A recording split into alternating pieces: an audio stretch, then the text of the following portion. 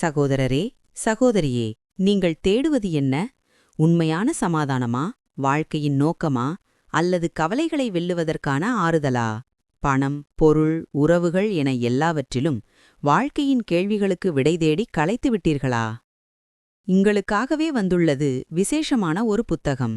இது வெறும் புத்தகமல்ல, வாழ்க்கைக்கே வழிகாட்டும் மொழியான பொக்கிஷம்.